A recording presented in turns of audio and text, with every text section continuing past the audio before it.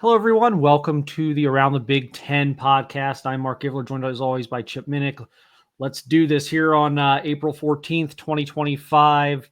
Right in the middle of spring. There's been a little bit of a lull in activity, like teams are going through spring practices. There's some spring games happening, but that's about to change here in a couple of days. So we'll have a lot of transfer portal stuff here in the next week or so.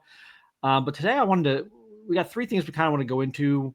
One recruiting item, and then a couple other interesting items around the Big Ten that we're going to talk about with a couple different programs. So first of all, kind of a big hit for the Big Ten on the recruiting trail. Gregory Patrick, a top 100 caliber, top 200 caliber nationally offensive tackle out of Portage, Michigan, commits to Notre Dame on Sunday over in-state programs, Michigan State, where his dad played, Penn State, an out-of-state program, but another Big Ten school. This is a big win for Notre Dame over a lot of Big Ten schools. Chip, I guess just a little bit on that, and just your surprise level that neither of the Michigan schools were able to wrangle him. It's definitely a surprise that I'm just going to defer to the fact that it's Michigan State would be the program that, and this is not meant as a shot across the bow at Michigan. I think the fact that Gregory Patrick is from the state of Michigan, decided to go to Notre Dame is, as the way you referred to it, Mark, it's a blow for the Big Ten. But I'm more surprised in the sense that Michigan State didn't really put greater effort. Not that I'm not trying to suggest that they didn't try, but I would have figured a legacy player from the state of Michigan would be a greater, I guess, a greater focus for Jonathan Smith. I mean, the concern, if I was a Michigan State fan, the concern would be you're bringing in a coach, very good coach, but he's not from the Midwest. How is he going to be able to recruit Midwest talent? And to lose a legacy player has to be stinging very deeply if I was a fan of the Michigan State Spartans.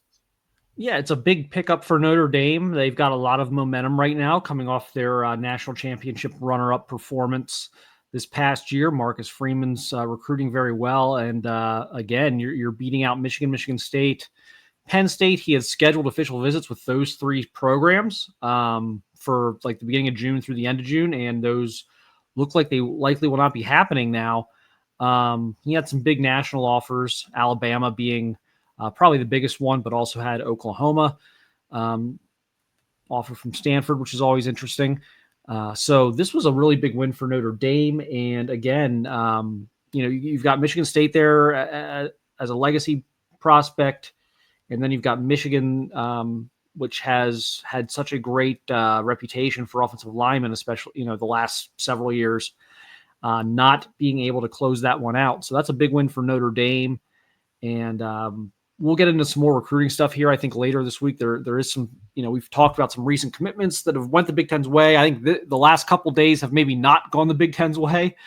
They've lost a couple of guys, a couple of kind of local players have decided to go elsewhere, but Penn State did land a quarterback in Peyton Falzoni. So that's a good pickup for them in 2026. We'll probably dive more into that here on a future episode. But yeah, just a bit of a weird start to the week there with Michigan State and Michigan missing out on a very good offensive lineman in their backyard. Moving on to on the field stuff, some very interesting developments at Minnesota this week with PJ Fleck. Well, first of all, the reports came out.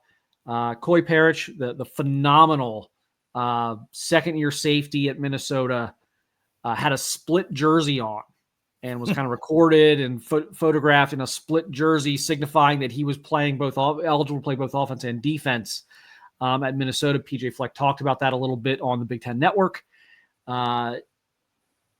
First of all, where do you stand on the whole idea of taking your star player on defense and having risking injury, whatever you want to call it, by having, he's already was returning kicks for them. Now he's going to maybe playing some offense. Where do you, he's a phenomenal high school player, both sides of the ball, but where do you kind of stand philosophically on this? Oh, philosophically, I think it's a tremendous idea as long as the player is all in on it, and by all accounts, obviously Koi Perich is.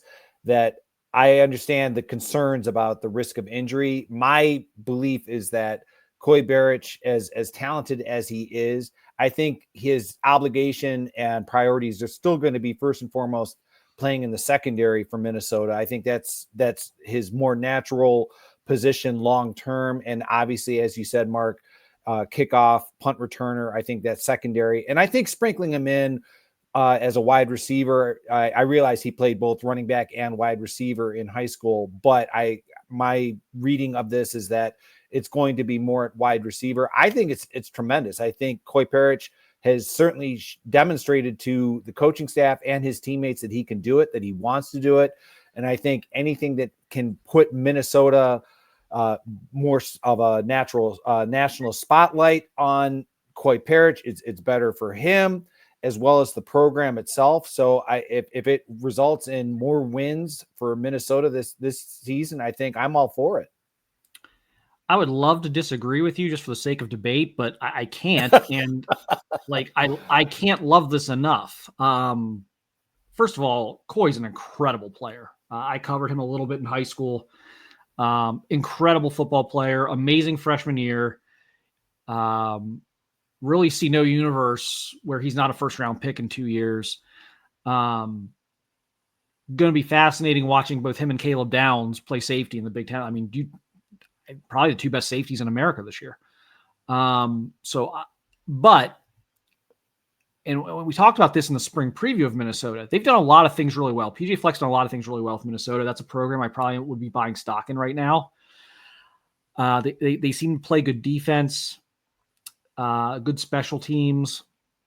They develop pretty well on the offensive line. They've done a really good job at running back and having really strong running games. Where we've kind of picked them apart a little bit is like, okay, can you create explosives offensively this year? Because if you can, you may have the pieces around that to have a really great year. And Koi Perich is their best athlete. So this is a guy who might be able to change games for them via kick returns and via, playing receiver or some trick plays or some tailback, whatever it's going to be. This is someone who I think will fill an area of significant need for Minnesota. Like if they had if they had Ohio State's wide receivers, I'd be like, okay, like why are we doing this? But they don't. Like they don't have this like stable of like big play weapons on offense. This gives them a legitimate game breaker at the receiver position, wherever they decide to use them. And they've already, we suspect they're going to have a very good running game this year. They have a couple of very good running backs. So this to me is brilliant. And I think again, you hit on it. I think you hit on a bigger thing here, which is Koi Perich. If he played at Alabama last year, or Ohio State, or Michigan, or Notre Dame, the hype around him going into this year would be unbelievable. And for some reason, it's not. And it's because he's at Minnesota. That's the reason. I think this will not only shine more light on Minnesota's program, which is a good thing. I think it will show to other players, maybe looking at Minnesota, recruits, transfer portal targets, whoever it may be, that, hey, they're going to do whatever it takes to not only shine a spotlight on Minnesota, but to put their players in positions to get the football, positions to be recognized. And I think this is a great thing from like a PR standpoint for a program that maybe doesn't get that little boost that some of the blue bloods get nationally whenever they have a decent player that, they blow up, anytime Ohio State or Michigan have a decent player, well, they just go nuts nationally. And so Minnesota doesn't get that same benefit. And so I think this will be big for that. I really do. I think that's another big thing here. So that was kind of philosophically is one thing. Now, do you think, because now the Travis Hunter stuff's going to start, can he be Travis Hunter? Mm-hmm. Where do you fall on that in terms of his effectiveness doing this? I think he's going to be tremendous. And his effectiveness, like I said a few moments ago, I think that his best position long-term is in the secondary. And I think, and this is not meant, maybe you have a disagreement, but I think Travis Hunter is at least at the NFL level, it sounds like he's going to be, if he's selected by the Cleveland Browns second, which all the early indications are that the Cleveland Browns are going to be selecting him second overall, but playing him at wide receiver and then giving him occasional spot duty at cornerback at the next level. Getting back to Koi Perich, I think this, if anything, it kind of raises the possibility of other players around the country who are extremely talented, not necessarily being able to do it at a high level, but Koi Perich could be like the next guy that could be legitimately in that conversation. You talked about Caleb Downs. I thought the fact that Ohio State by the end of the season was starting to play Caleb Downs as a punt returner, which demonstrated itself very well against Indiana in that game against the Hoosiers. But Koi Perich, I think, as a safety, that's first and foremost. Secondary, the secondary aspect is the special teams, and then I think playing spot duty, as long as his play on the field in this Minnesota secondary doesn't suffer, I think you can sprinkle in a number of plays for him as a wide receiver, and it just provides so many opportunities for that Minnesota offense. Like you said, Mark, that they don't have any explosive talent that we have seen at the wide receiver position. I think Perich is one of these guys that I think would open up opportunities for other players on that Minnesota offense if you give him an opportunity to play there. Yeah, I don't think he'll play as much offense as Travis Hunter did. So I think in that sense, we're not going to see the same type of numbers. But I think when he does play offense, I think he'll be extremely effective. I think he will have the opportunity to change games, in a way similar going back to like the way Chris Gamble would change games for Ohio State, where it's not like he's going to be out there every snap the way Travis Hunter was, but when he is out there, you better be careful. And so I love this idea. I think it's going to work. I think it's going to be effective. I hope they do utilize it. I hope this isn't just preseason hype and smoke and mirrors and everything else. I hope we see it early in the season. We see him out there making some plays, getting some opportunities. Again, I think he's one of the best players in college football. And again, I think if he played at a higher profile program, that we would be hearing a lot more about him going into the year. So, of course, the other end of that coin is going to be in a world where everyone's trying to hide people. You're now going to put Koi Perich in the spotlight even more. Wait till the rumors come out after, because he's only going to be a sophomore. He's not going to be able to go to the NFL after this year. Wait till like the school X is offering Koi Perich $5 million to transfer for his junior year. Wait for that. But this is a kid who turned down several big time programs in high school to stay at home with Minnesota. So I think his loyalty to the program is pretty high, but that'll be a funny part of this. Once the national media really starts getting a hold of this, that'll be a narrative that I'm sure is developed somewhere. But yeah, I love it. Great player, great idea. I think helps everyone involved. I think it helps the program. Certainly helps on the field. I think it helps off the field with media attention, spotlight. It certainly will help Koi Perich. Elevate his profile, but it's gonna be fascinating. Are we heading toward a universe where two Big Ten safeties are in like a Heisman discussion?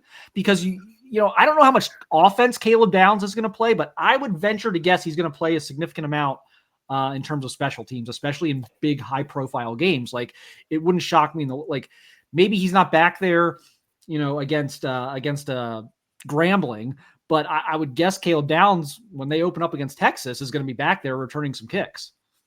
I certainly think it is entirely possible that Caleb Downs is going to be in the Heisman conversation. He is, and I know that he's on the same team as Jeremiah Smith.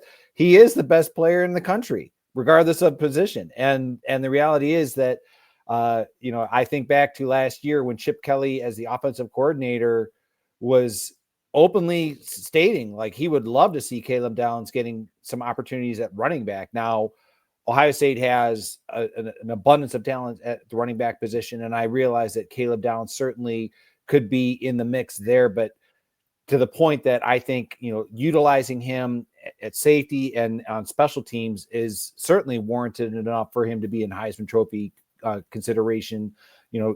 Given the spotlight games, like you said, like against Texas, I certainly see big play opportunities against the Longhorns for Caleb Downs, and that would vault him into Heisman Trophy consideration. Yeah, like if he houses a punt against Texas and they win that game and it's a close game, like that type of moment can just propel people. And like if Koi Perich like has a big play and like a big game for them for Minnesota early in the season, the hype will start building there. So this will be interesting to kind of watch like how early this happens, how much of an impact they can make early in the season. But like I said, it's fun to talk about this stuff. It's fun to see this stuff. I'm glad coaches like PJ Fleck are thinking out of the box. We've got such like this hive type of mindset in college football where everyone's got to like do things the same way. I like the different personalities. I like the different ideas. I like teams that try different things. So I'm looking forward to this. Last thing we'll go on today. We've talked about this before. I won't bemoan like the thing that I think Big Ten schools are kind of cutting off their nose to spite their face with how they're handling spring games. But essentially we went through a big weekend this past weekend, and it was really only Ohio State's spring game that was getting headlines because other teams either didn't have it, didn't want it televised, et cetera, et cetera. So Ohio State very much took center stage. I believe the only school that had a nationally broadcast spring game over the weekend. So they were able to take center stage. I think there's some advantages to that, but we'll table that discussion for a minute. Just what were your observations? Because there are a lot of people out there who are like, well, new quarterback, like brand new defensive line. They got to replace some good offensive linemen. They got to replace a Mecca Buka. Probably the defense will probably be good, but will the defensive line be as disruptive? And will the offense be as good with a young quarterback? Like, what have you seen, particularly in that game? I guess what were some of your takeaways, good, bad, whatever, from Ohio State spring game? Looking at it from the lens of can this team compete for a championship? Can they have a competitive repeat?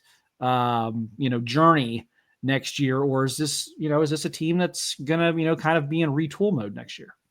Oh, this certainly is going to be a team that is going to be within the college football playoff discussion. I think it would be too premature, and this is as sitting here as completely biased for Ohio State. I realize that, like you said, I mean, the spotlight was exclusively on Ohio State simply because, as you referred to it, the Big Ten, all the other programs, with the exception of, I believe, like Maryland and Rutgers, but not for a couple of weeks, have decided to be very, very restrictive in terms of what people are allowed to see and what they're going to televise and things like that.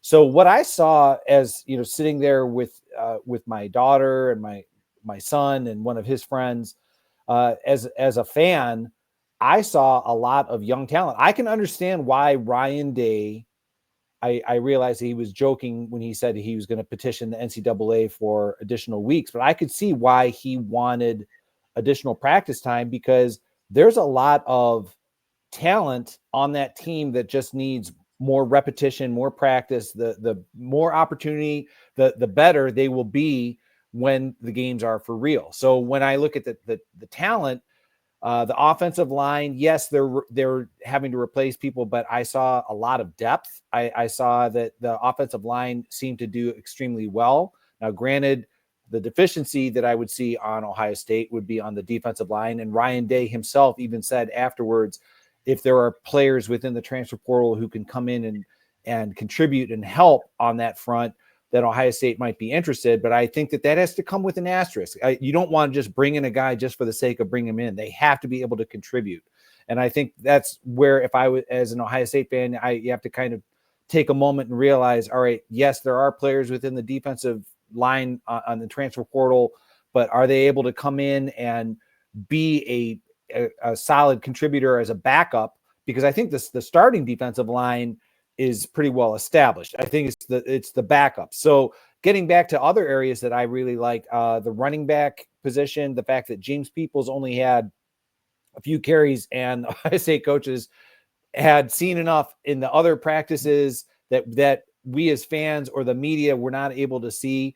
I think that they are very confident in James Peoples as a starting tailback. I think they have really good things about CJ Donaldson that they have seen and we saw in the spring game. And I was tremendously impressed by Bo Jackson. I thought that his effort, his ability, I certainly believe that Sam Williams-Dixon as well. It was nice to see him back as an Ohio State Buckeye. So if I had to venture a guess as to how I foresee the Ohio State offense in the early portion of the offense, and maybe I'm of the season possibly being constructed, is that, as you said, Mark, inexperienced quarterbacks, regardless of who the starter is, I think you're going to rely on that offensive line and that running game. I'm not suggesting that the quarterbacks can't throw it, because I realize there's a wealth of talent there, but I think the running game will help to kind of get the quarterbacks feel comfortable, get their feet wet, so to speak. And let's face it, the addition of Max Clare at tight end is just another wrinkle to that passing attack, because, all right, now you've got that. This is not to disparage the tight ends from the national championship season, but Max Clare is another option for that Ohio State offense. So I think Ohio State is certainly going to be well deserving of being in the college football playoff discussion at the beginning of the season, and we'll see if they can repeat as national champions. But I always say I always just kind of shake my head when it comes to the preseason rankings, because we truly don't know until I mean, regardless of where we're talking about Ohio State or any other team, until those teams get out on the field and you actually see them play. And I'm willing to say, like, 3-4 weeks worth of play to kind of get a feel for how things are. Rankings are so premature, and the most glaring example I can give you is last year with Florida State. I mean, the fact that they were highly ranked in the preseason and had a just dismal season. So I think Ohio State's going to be fine. I just think that if I had to sit here and guess, if they can find a contributor on the defensive line within the transfer portal, they'll do it. And if I had to guess offensively, I would suggest that they might be leaning on that running game, because they have so much talent and the offensive line seem to acquit itself well, that might be the best thing that they can do to help get their quarterbacks feeling comfortable as the season begins. Yeah, they're not going to be able to ease into things. No, they're not. Texas lost a lot to the NFL as well, but they have a lot of star power coming back. You would certainly expect them to have the edge in the quarterback matchup for a game that's being played at the end of August. Arch Manning has significantly more meaningful experience than either of the two Ohio State quarterbacks, Lincoln Keenholz or Julian Sayin, and I still expect Sayin will be the early starter. But so they're going to have to be ready to go right out of the gates. And beyond that, the Big Ten this year is going to be a bear. Oregon's going to be really good again. Penn State's going to be really good again. I would expect Michigan to be better. They're going to be better at quarterback. They didn't really have Will Johnson last year defensively. So, I don't think the defensive losses are quite as substantial as people think when you kind of put it in that context. I think the D-line will be interesting, but they had a great depth there last year too. So I think there's going to be a lot of, Illinois is going to be really good, and they're going to have to go there. So I think there's a lot of hurdles for them. But you're right, the talent is there, and it's just a matter of how that talent gels and comes together over the next few months. And I think Ryan Day was happy with things this spring, but like you said, I think he would have liked even more time. I think fall camp's going to be interesting. I'll say this too. For a team trying to repeat, I think they actually are in a good situation, because this is kind of a brand new team. Yes, Caleb Downs and Jeremiah Smith are back. Like I get that. But there are so many guys on this team, particularly on that defensive line and in that front seven, that haven't really had a chance to make their name yet. And so you're not going to get this group of like this happened to them in 2015. Everyone blames the offensive coordinators, and look, that was an ugly mix of offense. I'm not defending the offensive coordinators on that team. But the biggest problem that team had was that they had won it the year before with a bunch of sophomores who couldn't go to the NFL and had to come back. And could have a lot of those guys would have been first round picks after their sophomore years, certainly first, second round picks. They had to come back by rule. And I think most of them had a foot out the door well before that season even started. They don't have that problem this year. When you lose that many starters, you have all these hungry players. I joke about this sometimes because I don't know that. I think there's some truth to it though. Like, when you win a national championship in college football, I think almost the best thing that can happen to you is to have a completely new roster the next year, is to lose like 15 starters, because then you don't have that complacency come in. You're driving competition at so many positions. There are so many guys this year who are like there's guys in their money years, like Sonny Styles is in a money year.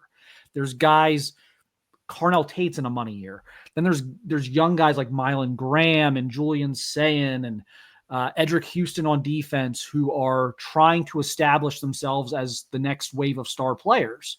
And so when you get that mix together, I think there will be some growing pains without question. Like, this is not a team I look at and say, oh yeah, they've got a great chance of going undefeated. Like I would be surprised if they went undefeated in the regular season. Someone's going to get them. Maybe multiple someones, who knows? But I do think the talent is there to make another playoff run. And I do think he's got the right mix of like a couple of great players in the veteran group, but a lot of hungry, talented players who aren't resting on laurels from last year because they didn't really get to establish themselves last year. So those are some of my takeaways. I think your point about the tight end position was interesting. They're going to be much more dynamic at tight end this year than they were last year. Cade Stover a couple years ago was pretty good for them, but last year is what they didn't get a lot out of the tight end position in the passing game. I think they're getting a lot out of it this year with Claire and Jelani Thurman, who started to come on a little bit toward the end of last year. So interesting team to watch this year for sure. Talent certainly there. And yeah, those were kind of my takeaways was, again, tight end is interesting. I think they're going to have one of their better O-lines that they've had recently. Just depth and talent. And then you watch like a Mylan Graham, who I've been really high on since high school. You watch him get his opportunities and you think, yeah, that receiver room is just loaded again. But quarterback play, especially early in the season, is a concern of mine. If you're looking at the Ohio State, reasons to not be buying Ohio State right now, a little unknown at quarterback. D-line depth, yes. Here's my thing with that. And I know Day talked about that a little bit. And this is kind of my last point here. If you had I don't even know how many teams there are now in Division I. It's like 130 some now, whatever it is, 130 some. If you had all of them in a room right now and you said, raise your hand if you have enough good defensive linemen, not a single coach would raise their hand. Everybody wants more good defensive linemen. Everybody. So I get that to an extent. They have depth bodies. Like Tywone Malone is fine. They have depth bodies. What they would like to have, I think, is one more, and they try to get a defensive end too. They did. They went and got Logan George. If they were also in the Damon Wilson thing, they're looking for a couple of pass rushers right now. And if they can find them, that'd be great for them. But if not, I think what they've got is good enough. But yeah, it's one of those things where they would love to have that, but so would everybody else. And so we'll see what happens in the portal. They don't need to bring in a depth guy. They have depth guys. They need to bring in, if they're going to get somebody, it's got to be a difference maker, in my opinion.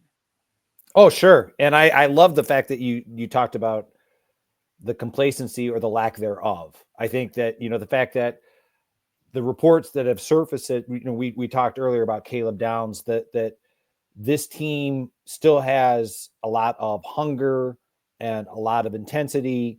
The idea that, all right, we need to not tear down, but we need to take down these banners for the 2024 national championship because we are trying to win the 2025 national championship. We haven't done anything. The players that are here now, granted, Caleb Downs was a key part of that, but a lot of them have recognized the fact that, hey, we had nothing to do with the 2024 national championship team, so we need to take those banners down. So I agree wholeheartedly with you about the complacency thing. And this is something, just to kind of throw this out there, when you talk about the 2015 team, and I realize, kind of going in the way back machine here, but another thing that I think, and I realize the spring game was just a few days ago, one of the things that I'm sure that Ryan Day and the other coaches are trying to avoid from the 2002 national championship team, any drama, any controversy. And I realize, I am 100% for the fact that, like, the Maurice Clarett transformation from what happened back then to where he is now is tremendous. The fact that he was a positive influence on this past year's team, kind of, as a sounding board for the players by all accounts. That's something else that, that any coach, the way you reference the fact that, okay, every coach would say, all right, do you have enough defensive linemen? There would be no coaches that would raise their hand. And I realize this is going to sound like a snarky comment, but okay, how many coaches would want to have any kind of like off the field drama, like what's going on at Tennessee with, they were supposed to be finishing up their spring game and everything, just kind of everything that happened there. And I'm not here to, take shots at them. I'm just saying the larger point being that you want to get out of spring first and foremost healthy, and Ohio State did that. Okay, if they can add a contributor, and I think we're both in agreement there, like not just depth, but a contributor, like somebody who can come in and play meaningful snaps, not just, take up a spot on the roster. If they can find that on the defensive line, they'll do that. And let's just avoid any kind of controversy, any kind of drama between now and the beginning of fall camp, and everything will fall into place. I think I agree with you. It'd be wonderful for Ohio State to be able to run the table, but I can't sit here and say until, especially, you start to kind of get an idea in terms of what other teams look like. The fact that Ohio State is hosting Texas right from the jump doesn't do them any favors. So you're talking about a team that is going to be naturally itching to, kind of settle the score from the college football playoff game, the national audience. So it's going to be a very difficult, challenging beginning for Ohio State. Like you said, the Big Ten schedule is tough. So I think that the ingredients are there. It's just a matter of keeping everyone focused on the goal at hand. And I really do have the utmost confidence in Ryan Day. The coaches that he has kept, the coaches that he's brought in seem to have really bought into the whole idea of the Ohio State program as a whole. So it's going to be exciting. It's just unfortunate. I'm with you. That I'm with you, that I think, these other Big Ten programs that are trying to be very reclusive and isolating with their programs, they're not doing themselves any favors. I realize that they're trying to be protective of other programs poaching their players, but I think it's for any program, I think you want your players to, kind of, be under the spotlight of the fan base, and getting an opportunity to perform, and especially the younger guys, like to see, what it's like when the fans are in the stands. Yeah, I think some missed opportunities this spring for a lot of programs around the country who I think are taking what I think is an appropriate stance that we need some guardrails in place in college football right now, but I don't know that this is the right way to go about it. And I think Ohio State took advantage of things this weekend by having a big, like, and it's not a program that needs like a spotlight. Like, this is a program that gets enough media love. Like, they already get a disproportionate amount of media attention. And you just kind of gave them some more, I think. But exactly. We'll see. We'll see how things develop with that over the next year. Would certainly love the Deion Sanders model to get pushed through to allow a spring scrimmage. I think that would be tremendous for really everyone. Yeah. I think it'd be tremendous for college football, for players trying to get better, for coaches trying to get better. and for just generally for TV ratings and the pocketbooks of everyone with big spring game crowds and everything like that. So transfer portal opens Wednesday. You and I will be on top of that. We'll be doing episodes on the transfer portal probably quite a bit here over the next 2 weeks, and keeping track of everything else going on in the Big Ten. But that'll do it for today's episode. We appreciate everyone's support, appreciate everyone watching here on youtube.com/@SaturdayGlory. And you can also download us at any of your podcast platforms of choice. Just search for Around the Big Ten. All right, guys, I appreciate again everyone watching and listening, and we will talk to you again soon.